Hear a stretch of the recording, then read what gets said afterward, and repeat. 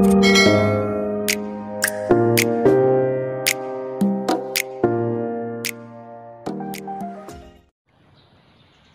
mga plant lovers. Matagal-tagal na pong hindi ako nakapag-upload sa aking YouTube. Pero ngayon, meron na naman tayo sa school year 2023-2024. Okay? So, ito ang kuha natin dito ngayon. Today is December 28. Ayan. May dalawang box tayong nakuhang pichay at saka isang basin.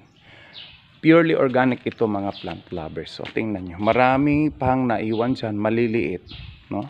Di tulad sa mga nagdaang taon na malalaki lahat, halos lahat malalaki. Ngayon, purely organic po kami sa mga estudyante ko. Wala kaming ibang nilalagay dyan kundi mga animal manure, saka carbonized rice hull, IMO, yung indigenous microorganisms, at saka LOBs, at yung pampataba fish amino acids. Yan lang ang gamit namin.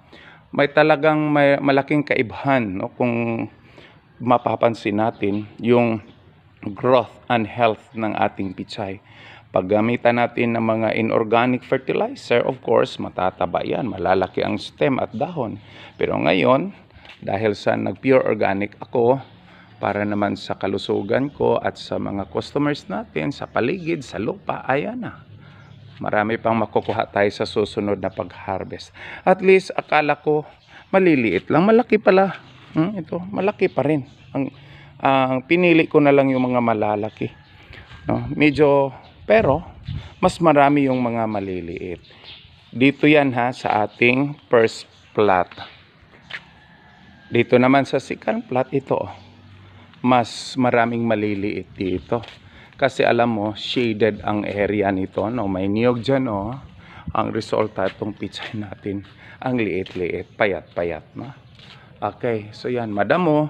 Dahil sa bakasyon ngayon, walang batang mauutusan. So, pinagtiyagaan ko na lang diligan every other day para makakuha naman tayo. So yan, ang first harvest natin sa ating pichay na pure organic mga plant lovers. Para sa susunod na update, huwag kalimutan mag-subscribe sa YouTube ko at i-click ang notification bell para naman updated kayo sa taong 2023-2024.